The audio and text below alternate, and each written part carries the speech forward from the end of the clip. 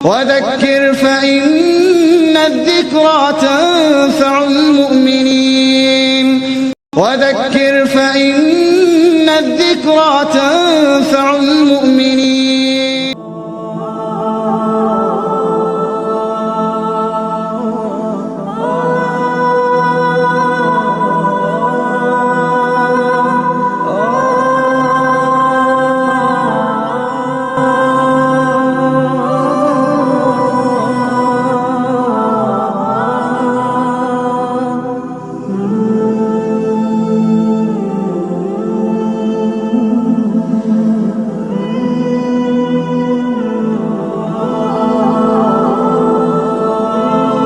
السلام عليكم ورحمة الله وبركاته. بسم الله الرحمن الرحيم. الحمد لله رب العالمين والصلاة والسلام على رسوله الكريم وعلى آله وأصحابه أجمعين ومن تبعهم بإحسان إلى يوم لا ينفع مال ولا بنون إلا من أتى الله بقلب سليم. أما بعد، فقال الله تعالى في محكم تنزيل العظيم: أعوذ بالله من الشيطان الرجيم. بسم الله الرحمن الرحيم. إن الله يأمركم أن تؤدوا الأمانات إلى أهلها وإذا حكمتم بين الناس أن تحكموا بالعدل إن الله نعم ما يعظكم به إن الله كان سميعا بصيرا. எல்லா புகழும் புகழ்ச்சியும் இந்த உலகத்தை படைத்து பரிபாலித்து ரட்சித்து காப்பாற்றக்கூடிய அல்லாஹ் ஹக்கு சுப்ஹானஹு தஆலாவுக்கே உரித்தாகட்டுமாக. அல்லாஹுடைய வற்றா பெருங்கருணையும் அவனுடைய அளப்பரிய கிருபையும் மன்னிப்பும் இறை தூதர் முஹம்மது ஸல்லல்லாஹு அலைஹி வஸல்லம் அவர்கள் மீதும் அவர்களின் தோழர்கள் குடும்பத்தார்கள் என்று அனைவர் மீதும் அவர்களை பின்பற்றி வாழ்ந்து கொண்டிருக்கின்ற இன்னும் வாழ இருக்கின்ற அனைத்து மூமினான முஸ்லிமான ஆண் பெண்கள் மீதும் கியாமத் நாள் வரை உண்டாகட்டுமாக.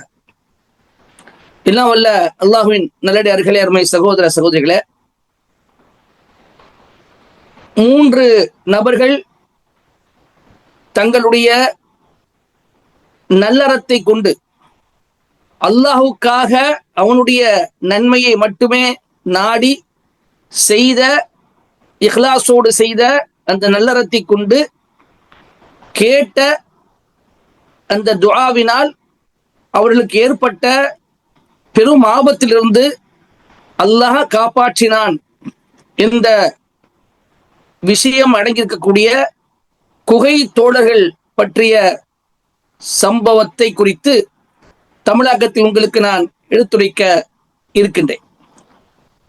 அருமை சகோதர சகோதரிகளே, இப்னு உமர் ரலியல்லாஹு தஆலா அன்ஹு அவர்கள் அறிவிக்கிறார்கள், ரசூலுல்லாஹி ஸல்லல்லாஹு அலைஹி அவர்கள் சொன்னதாக, நமக்கு முன்பு வாழ்ந்த சமூகத்தில் நடந்த ஒரு நிகழ்வை ரசூல் ஸல்லல்லாஹு அலைஹி குறிப்பிடுகிறார்கள்.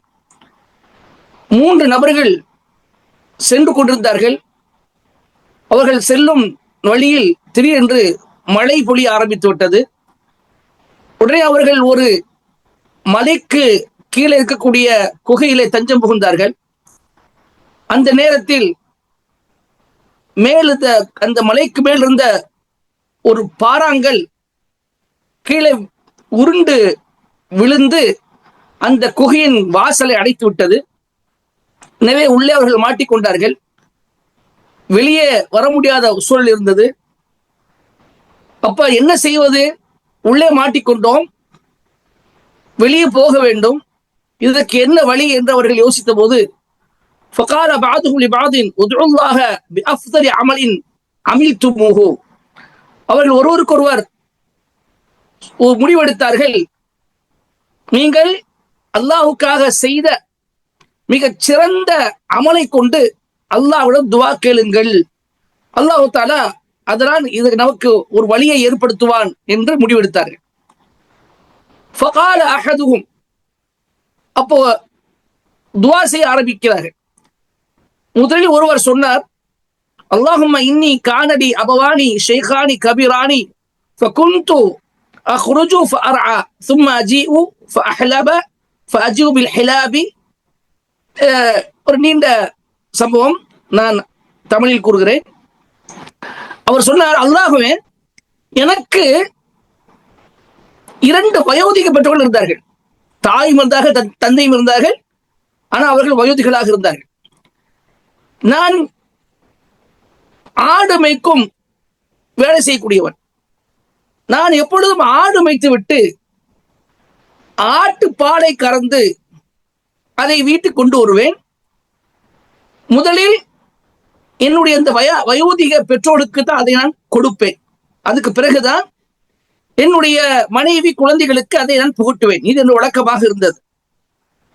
ஒரு நாள் நான் இரவு நேரத்தில் அவ்வாறு ஆடுகளுக்கு இலை பறிப்பதற்காக வெளியே சென்று விட்டேன். வெளியே சென்ற போது வருவதற்கு தாமதமாகிவிட்டது. வழக்கம் போல ஆட்டுப்பாலை கறந்து பெற்றோடு கொடுப்பதற்காக நான் வந்தபோது அந்த இருவரும் உறங்கிவிட்டார்கள். இது என்ன தெரியுது சொன்னா, இரவு சாப்பாடு, இரவு நேரத்தில் நடந்திருக்கு. இந்த 2 பேரும் உறங்கிவிட்டார்கள். நான் அவர்களை எழுப்புவதை விரும்பவில்லை. என்னுடைய மனைவியும் பிள்ளைகளும் பசியால் துடிக்கிறார்கள். ஆனாலும் பெற்றோருக்கு கொடுக்காமல் அவர்களுக்கு கொடுக்க கூடாது என்று நான் விடாப்பிடியாக இருந்தேன். என்னுடைய பிள்ளைகள் என்னுடைய கால்களுக்கு கீழே காலை பிடித்துக் கொண்டு பசியால் அழுது கொண்டிருக்கின்றார்கள். எங்களுக்கு கொடுங்க கொடுங்க என்று சொல்லி அழுது கொண்டிருக்கிறார்கள், துடித்துக் கொண்டிருக்கிறார்கள். ஆனால் அதை நான் கண்டுகொள்ளவில்லை. என்னுடைய பெற்றோர்கள் விழிக்கின்றவரை காத்திருந்தேன். அவர்கள் காலையில் விழித்தார்கள். விழித்த பிறகு அவளுக்கு அந்த பாலை நான் புகட்டினேன். அவள் குடித்த பிறகுதான் என்னுடைய குழந்தைகளுக்கு அதை நான் கொடுத்தேன் என்று சொல்லிவிட்டு அவர் சொல்கிறார், அல்லாஹும்ம இன் குன்த தஅலமு அன்னி ஃபஅல்து ذلك ابتغاء وجهك. யா அல்லாஹ், இந்த காரியத்தை உன்னுடைய திருமுகத்துக்காக, உன்னுடைய திருப்தியை பெறுவதற்காக நான் செய்தேன் என்று நீ அறிந்தால் ஃபஃப்ருஜ் அன்னா ஃபுர்ஜதன் நரா மினஸ் ஸமா, எங்களுக்கு இதிலிருந்து ஒரு வழி ஏற்படுத்துவாயாக, இந்த ஆபத்திலிருந்து எங்களை நீ விடுவிப்பாயாக, நாங்கள் வானத்தை பார்க்க வேண்டும் யா அல்லாஹ் என்று அவர் பிரார்த்தனை செய்கிறார். அல்லாஹ் ரப்பல் ஆலமீன் அவருடைய இந்த பிரார்த்தனை ஏற்று கொஞ்சம் அந்த கல்லை நகரச் செய்கிறார். ஃபரிஜ மின்ஹும், கொஞ்சம் அந்த கல்லை நகரச்சு, அந்த கல்லை நகர்கிறது. ஆனால் அவர்கள் வெளியே வர முடியாது. இப்ப 2வது ஒருவர் துவா செய்கிறார். அவர் சொல்றார், யா அல்லாஹ், எனக்கு ஒரு சிறிய தந்தையின் மகள் இருந்தாள். உலகத்திலேயே நான் அவளை அதிகமாக நேசித்தேன். எப்படி ஒரு ஆண் மகன் ஒரு பெண்ணை நேசிப்பானோ அந்த நேசத்தை விட அதிகமாக அவளை நான் நேசித்தேன். ஒரு கட்டத்தில் அவளுக்கு வறுமை ஏற்பட்ட போது என்னிடம் கடன் உதவிக்காக வந்தாள். நான் அவளுக்கு கடன் கொடுத்தேன். என்ன நிபந்தனை கடன் கொடுத்தேன்? அதாவது என்னுடைய ஆசைக்கு இணங்க வேண்டும், இணங்கினால் உனக்கு நான் உதவி செய்வேன் என்று சொல்லி சொன்னபோது அவள் அதை ஒத்துக்கொண்டால் உடனே அவளுக்கு நான் 100 தீனார் கடனாக கொடுத்தேன். ஆனால் நான் என்னுடைய ஆசையை தீர்த்துக் கொள்வதற்காக முற்பட்ட போது அவள் சொன்னாள், இத்தகில்லாஹ் வலா தஃபுல் ஹாத்தம இல்லா பிஹக்கிஹி. அந்த பெண்மணி சொன்னால், அல்லாஹ் அஞ்சு கொள்வாயாக, நீ இந்த முத்திரையை உரிமையோடு உடைப்பாயாக. அதாவது உனக்கு ஹலாலான வழியில் உன்னுடைய ஆசையை தீர்த்துக் கொள்வாயாக. நீ செய்வது ஹராம், இது ஹராமான வழியாக இருக்கின்றது. எனவே இந்த ஹராமான வழியை விட்டு அதுக்கு இந்த காரியத்துக்கு உண்டான உண்மையான ஹக்கை நீ கொடுத்து ஹலாலான முறையில் நீ இதில் ஈடுபடுவாயாக என்று அவள் சொன்னார். உடனே நான் அதை விட்டு விலகிவிட்டேன். அவளையே விட்டு விட்டேன். அவளுக்கு கொடுத்த அந்த 100 தீனாரையும் நான் மன்னித்து விட்டு விட்டேன்.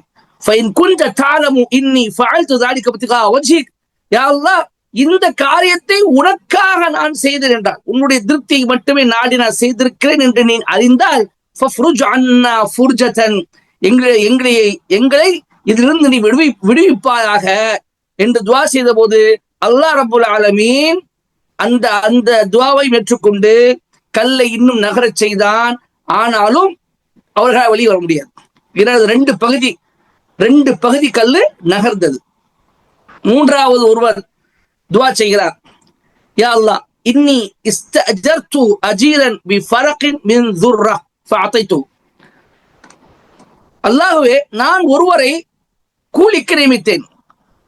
அதாவது ஒரு ஃபரக் தானியத்தை கூலியாக நியமித்து கூலியாக பேசி ஒரு ஃபரக் தானியத்தை கூலியாக பேசி நான் ஒருவரை வேலைக்கு அமர்த்தினேன்.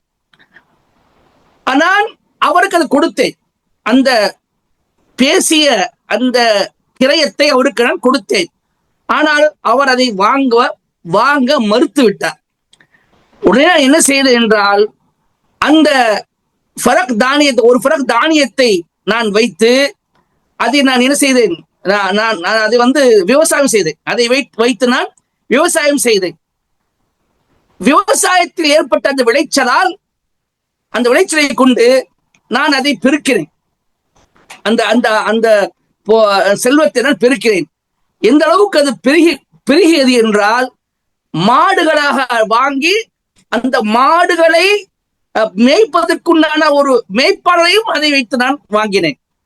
இப்ப அந்த ஒரு ஃபரக் தானியத்தை நான் பெருக்கிய அந்த ஒரு ஃபரக் தானியத்தால் நான் உண்டாக்கிய அந்த செல்வம் பல மாடுகளாகவும் மாட்டு மந்தைகளாகவும் அதை மேய்ப்பதற்கு ஒரு இடையனை கொண்டும் அது பெருகி இருந்தது. அந்த நேரத்தில் அந்த மனிதர் வந்தார். அந்த கூலி வாங்க மறுத்தார். அவர் வந்தார். ஏ அப்துல்லா அத்தனை ஹக் என்று சொன்னார். அல்லாஹ் அடியாரே, என்னுடைய ஹக், எனக்கு தர வேண்டிய ஹக் எனக்கு நீ கொடு என்று சொன்னார். فقلت انطلق الى تلك البقره وراعيها. நான் சொன்னேன், இதோ இந்த மாடுகள் இருக்கின்றன, இந்த மாடுகளையும் அதை மேய்ப்பவனையும் நீ கொண்டு செல்வாயாக என்று நான் சொன்னேன். உடனே அவர் சொன்னார், அது உனக்குண்டானது. அதாவது நீ விட்டுட்டு சென்ற, நீ வாங்காமல் மறுத்து சென்ற அந்த ஒரு ஃபரக் தானியத்தை கொண்டு இந்த செல்வத்தை பெருக்கிருக்கேன். எனவே இது எல்லாம் உனக்கு சொந்தம் என்று சொன்னேன்.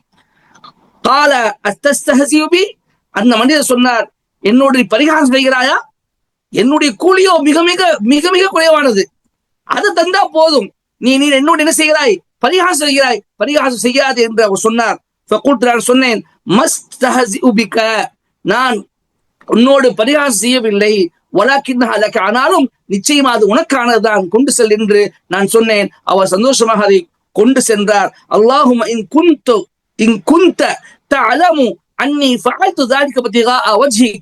யா அல்லாஹ், இந்த காரியத்தை உன்னுடைய திருமுகத்துக்காக, உன்னுடைய பொருத்தத்தை பெறுவதற்காக நான் செய்தேன் என்று நீ நாடினால் ஃபஃப்ருஜ் அன்னா, இந்த ஆபத்திலிருந்து எங்களை நீ விடுவிப்பாயாக யா அல்லாஹ் என்று துவா செய்தார். அல்லாஹ் ரப்பல் ஆலமீன் அவர் துவாவை ஏற்றுக்கொண்டான். ஃபகஷஃப அன்ஹும், அந்த கல் அவர்களை விட்டு முழுமையாக அகன்றது.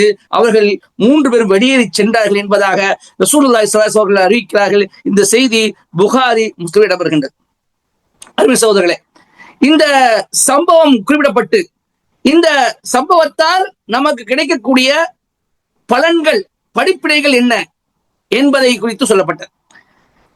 முதல் படிப்பினை என்னன்னு சொன்னார், நாம் அல்லாஹ்விடம் வசீலாவை தேட முடியும்.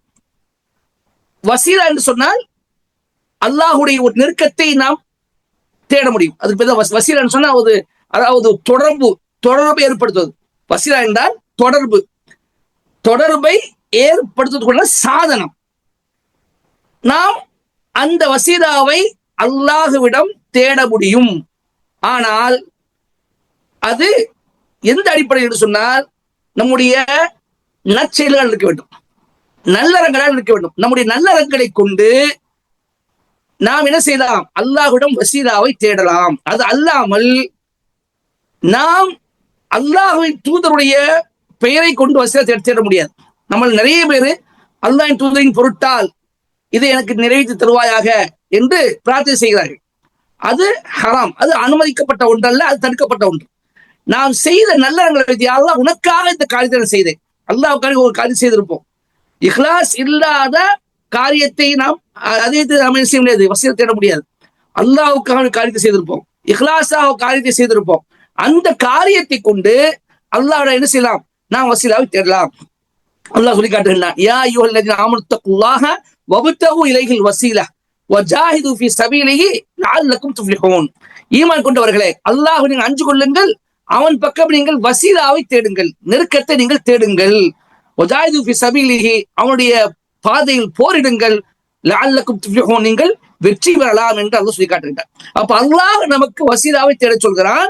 இந்த மக்கள், இந்த 3 நபர்களுமே அல்லாஹ்வுக்காக தான் செய்த அந்த நல்லறத்தை கொண்டு அல்லாஹ்வை பிரார்த்தித்தார்கள். யா அல்லாஹ், உனக்காக இதை நான் செய்தேன், உனக்காக இந்த அமலை நான் செய்தேன், எனவே எனக்கு இந்த காரியத்தை நிறைவேற்றி கொடுப்பாயாக, எங்களை நீ காப்பாற்றுவாயாக என்ற ஒரு துவா செய்த காரணமாக அல்லாஹும் அதை அங்கீகரித்து அந்த 3 நபர்களுடைய துவாக்களை அங்கீகரித்து அல்லாஹ் என்ன செய்தான்? அந்த மிகப்பெரிய ஆபத்திலிருந்து அல்லாஹ் அவர்களை காப்பாற்றினான். அதே போன்று நீங்க என்ன செய்ய முடியும்? நீங்க குர்ஆன்ல ஒரு வசனத்தை பார்க்க முடியும். மூசா அலைஹிஸ்ஸலாம் அவர்கள் மதியன் நகருக்கு சென்ற போது அங்கே 2 பெண்களுக்கு உதவி செய்கிறார்கள். தன்னுடைய ஆடுகளுக்கு தண்ணீரை புகட்ட முடியாமல் ஒரு ஓரமாக ஒதுங்கி இருந்த 2 பெண்களை கண்ட அவர்கள் அந்த ஆடுகள் தண்ணீர் குடிப்பதற்கு உதவி செய்கிறார்கள். அந்த கிணற்றுக்கு அருகே செல்கிறார்கள். அங்கே ஆண்கள் நிறைந்திருக்கிறார்கள். அந்த ஆண்கள் நிறைந்த காரணமாக அந்த பெண்கள் கிட்ட அருகில் செல்ல முடியவில்லை. அந்த ஆண்கள் எல்லாம் தன்னுடைய அந்த பிராணிகளுக்கு தண்ணீர் போட்டி சென்ற பிறகுதான் அந்த பெண்கள் வருவார்கள். இப்படித்தான் அவர்கள் வளமையாக இருந்தது. அன்றைய தினம் அவ்வாறு ஓரமாக ஒதுங்கி இருந்த அந்த 2 பெண்மணியை மூசா அவர்கள் பார்க்கிறார்கள். அப்போ ஏன் நீங்க ஒதுங்கி இருக்கிறீங்க என்று கேட்கிறார்கள். அவர்கள் காரணத்தை சொன்ன போது மூசா அலைஹிஸ்ஸலாம் அவர்கள் அந்த 2 பெண்மணிகளுடைய பிராணிகளுக்கும் தண்ணீர் புகட்டுகிறார்கள். அவரே கொண்டு போய் அந்த பிராணிகளை, அந்த ஆடுகளை கொண்டு போய் அந்த ஆடுகளுக்கு தண்ணீர் புகட்டுகிறார்கள். பிறகு அந்த பெண்மணிகள் வழக்கத்துக்கு மாற்றமாக நேரத்தோடு வீட்டுக்கு திரும்பி விடுகிறார்கள்.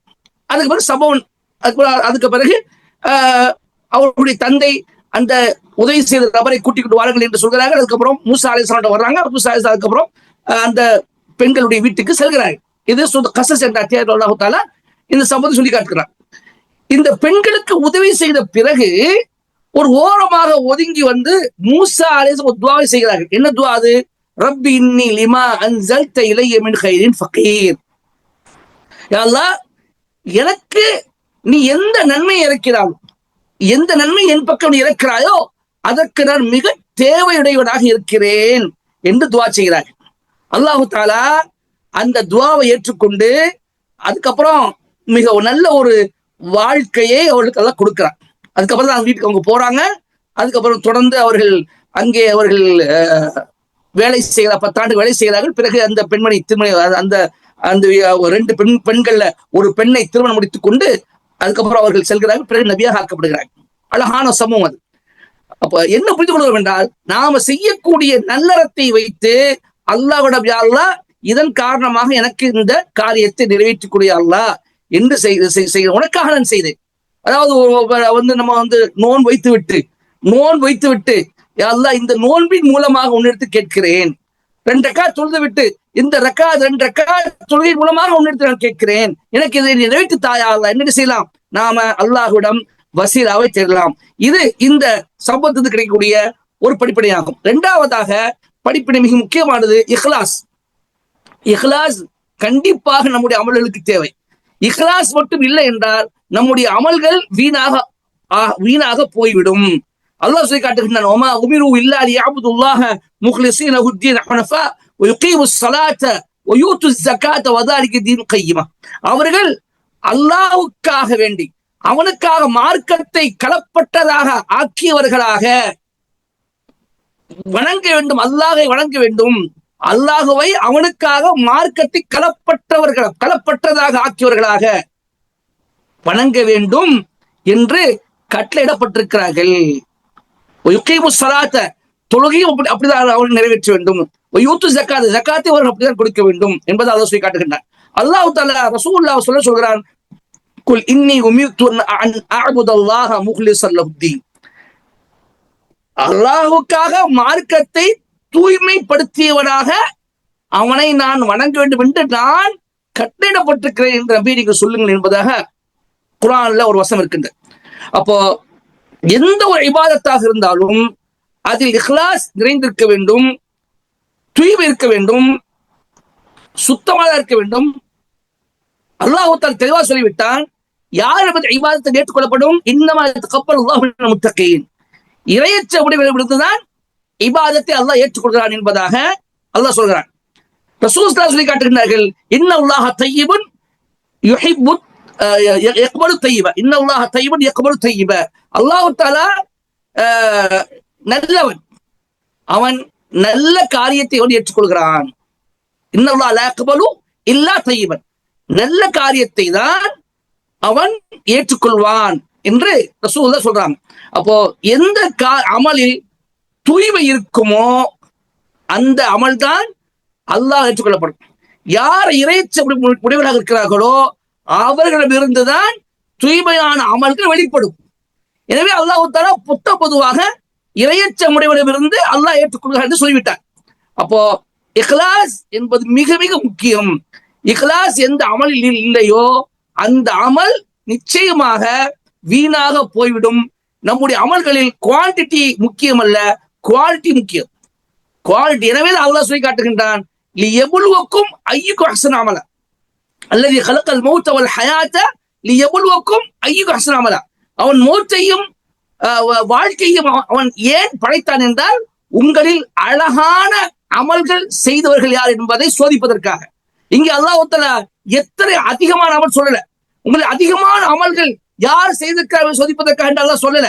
மாறாக உங்களில் மிக்க அழகான அமல்களை செய்தவர் யார் என்பதை சோதிப்பதற்காக அல்லாஹ் சொல்லி காட்டுகிறார். அப்ப மிக்க அமல்கள் என்ன? இஹ்லாஸான அமல் செய்த அமல்கள், அல்லாஹ்வுக்காக செய்யப்பட்ட தூய்மையான அமல்கள் என்பதை கவனித்துக் கொள்ள வேண்டும். அப்ப இரண்டாவது படிப்பினை இஹ்லாஸாக அவனுடைய நல்லறங்கள் இருக்க வேண்டும். மூன்றாவதாக அருமை சகோதரர்களே, என்றைக்குமே அல்லாஹ்வை ஒவ்வொரு நேரத்திலும் அல்லாஹ்வை எல்லா நேரத்திலும் துதிக்க வேண்டும். அல்லாஹ் எல்லா நேரத்திலும் நாம் இபாதத் செய்ய வேண்டும். இன்பமாக இருக்கும் நேரத்திலும் மகிழ்ச்சியாக இருக்கும் நேரத்திலும் இபாதத் செய்ய வேண்டும். துன்பமான நேரத்திலும் துக்கமான சோகமான நேரத்திலும் இபாதத் செய்ய வேண்டும்.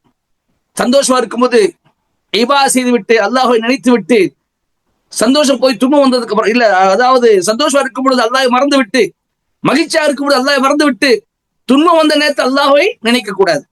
நம்மிடையே பலர் அப்படிதான் இருக்கிறாங்க.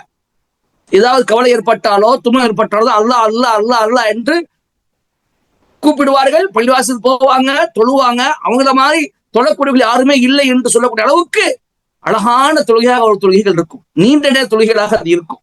நாம் பார்க்கிறோம். அதே துன்பம் அவர்கள் விட்டு நீக்கப்பட்டு விட்டால் மீண்டும் பழைய நிலைக்கு திரும்பி விடுவார்கள். இவ்வாறு இருக்கக்கூடாது.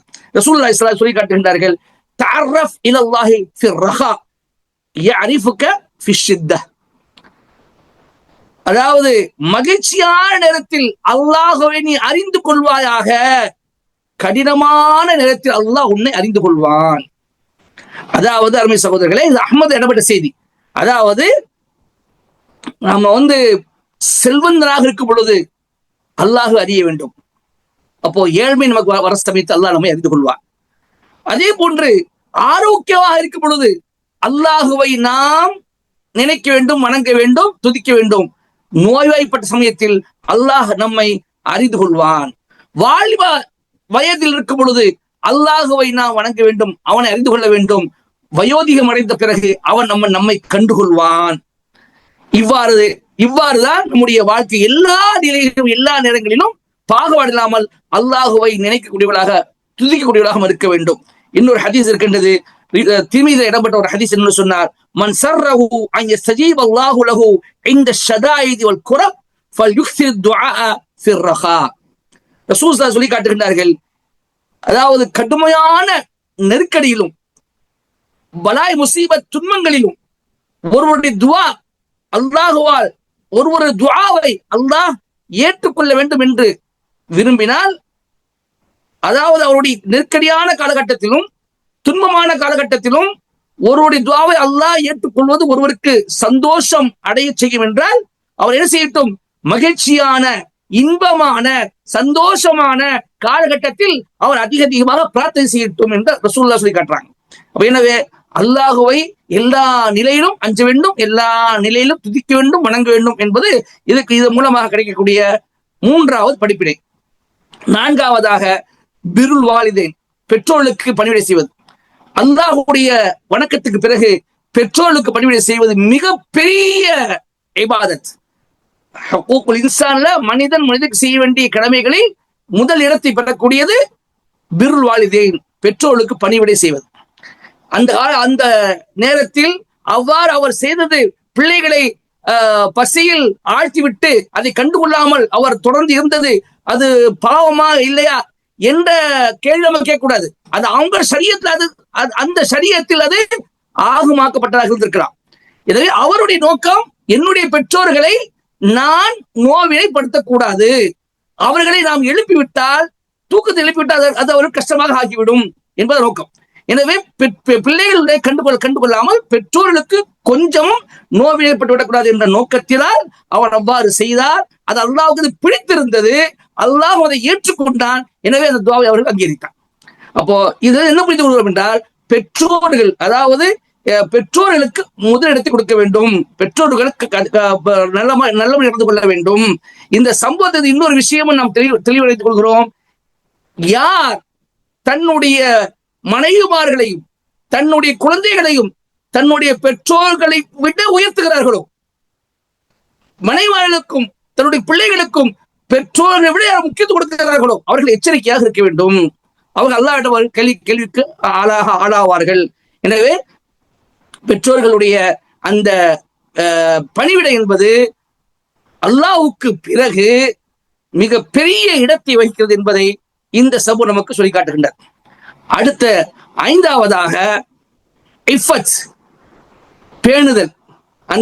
அந்த பெண்மணி தவறாக நினைத்தார், தவறாக நடந்து கொள்ள அந்த பெண்மணி வேறு வழி இல்லாமல் அவர் வைத்த நிபந்தனைக்கு ஒத்துக்கொண்டது, அதை ஏற்றுக்கொண்டது. ஆனால் அந்த நேரம் வருகின்ற பொழுது அந்த பெண்மணி அல்லாஹ் பற்றி நினைவு கூறியவுடன் உடனே அந்த இடத்தை விட்டு அந்த காரியத்தை விட்டு தவிர்த்து விட்டார், தன்னை தற்காத்துக் கொண்டார்.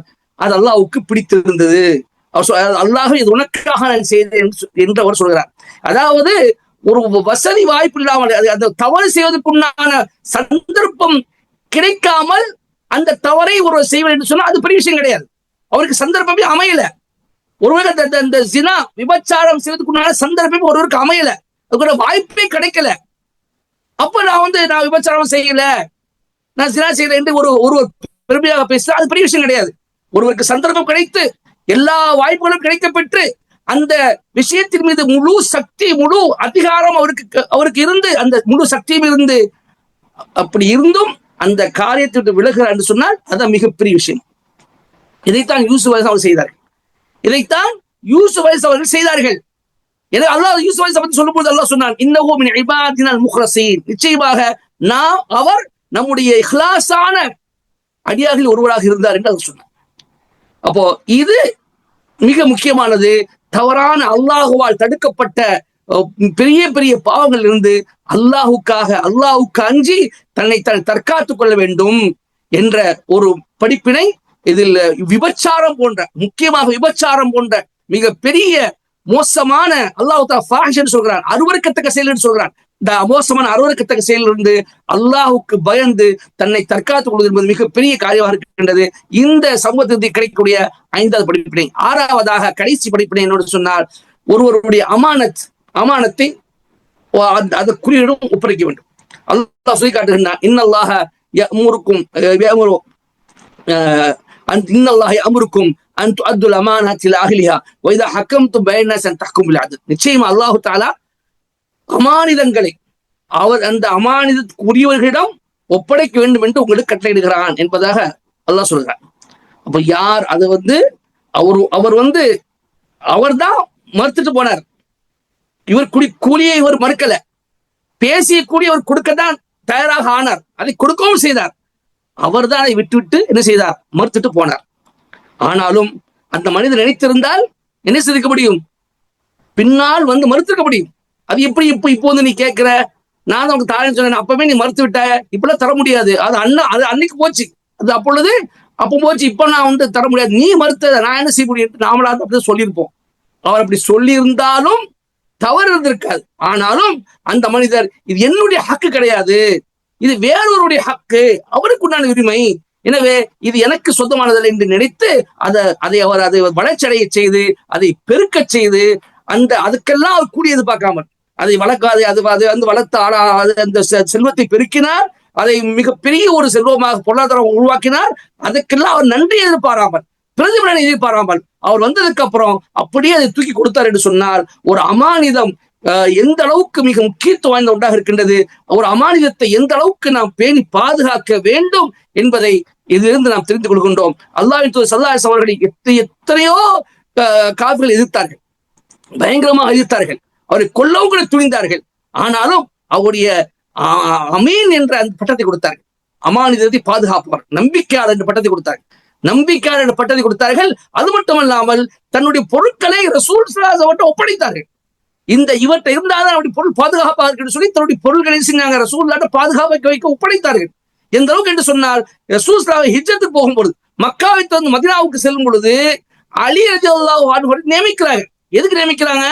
அலியே, நான் போனதுக்கு அப்புறம் இன்னாருடைய பொருள் என்னிடம் இருக்கின்றது, அந்த அமானிதம், அந்த பொருட்கள் செய்ய அந்த நபரிடம் நீங்கள் ஒப்படைத்து விடுங்கள் என்று சொல்லிவிட்டு அலி ரலியல்லாஹு அன்ஹு நியமித்து விட்டு ரசூலுல்லாஹ் செல்கிறாங்க. அந்த அளவுக்கு அந்த அமானிதத்தை பாதுகாப்பதற்கு முதலிடத்தில் அல்லாஹ்வின் தூதர்கள் இருந்தார்கள். எனவே அவருடைய வழி பின்பற்றக்கூடிய நாம், அவருடைய உம்மத்தாக இருக்கக்கூடிய நாம் அமானிதத்தை பாதுகாக்க வேண்டும்.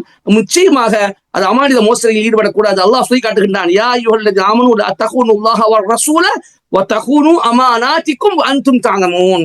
ஈமான் கொண்டவர்களே, அல்லாஹ்வுக்கும் அவன் தூதருக்கும் நீங்கள் மோசடி செய்யாதீர்கள், அதே போன்று அமானிதமாக ஒப்படைக்கப்பட்ட பொருட்களுக்கும் நீங்கள் மோசடி செய்யாதீர்கள் என்று அல்லாஹ் சொல்லி காட்டுகின்றான். ஆக அருமை சகோதரர்களே, இந்த சமூகத்தில் இன்னும் நிறைய படிப்பினைகள் இருந்தாலும் இது இத்தனை படிப்பினங்களை நமக்கு போதுமானது. இதுவே நம்முடைய ஈமானை புதுப்பிப்பதற்கும் ஈமானை பலப்படுத்துவதற்கும் நல்ல ஒரு சிந்தனையாகவும் நல்ல ஒரு விஷயங்களாகவும் இது இருக்கின்றன. ஆக இந்த விஷயங்களை நாம் எல்லாம் கவனத்தில் எடுத்துக்கொண்டு இந்த அல்லாஹுக்காக நம்முடைய அமல்களை தூய்மையானதாக ஆக்கிக்கொள்ள நாம் எல்லாம் முயற்சி செய்ய வேண்டும். எந்த ஒரு அமலை செய்தாலும் அல்லாஹுக்காக, அல்லாஹ் திருப்பத்தை மட்டுமே நாடி நாம் அதை செய்ய வேண்டும். யார் நம்ம என்ன சொன்னாலும் பரவாயில்லை, அல்லாஹ் ரப்புக்கு என்னை தெரியும், ரப்புக்கு நான் என்ன செய்கிறேன் என்ன செய்யல, ரப்புக்கு நான் எதை நான் செய்கிறேன் எதை தவிர்ந்தேன் என்பது அவனுக்கு தெரியும். அவன் தான் நமக்கு நன்மை தரக்கூடியவன். மக்கள் யார் நமக்கு எந்த ஒரு பலனை தரமாட்டார்கள். மறுமையில் நமக்கு அவன் தான் பலனை தந்து நம்மை நெருக்கத்தில் ஆழ்த்தக்கூடிய அவன் தான், தனக்கு நெருக்கமாக ஆக்கக்கூடிய அவன் தான். எனவே அவனுக்காக நம்முடைய அமல்களை ஆக்கிக் கொள்ள வேண்டும் என்பதை நான் எனக்கும் உங்களுக்குமாக ஒரு உபதேசமாக செய்துவிட்டு என்னுடைய இந்த உரையை முடித்துக் கொள்கின்றேன். வாஹிரு தாவான் அல்ஹம்துலில்லாஹி ரப்பில் ஆலமீன். வஸ்ஸலாமு அலைக்கும் வரஹ்மத்துல்லாஹி வபரகாத்துஹு. وذكر فإن الذكرى تنفع المؤمنين.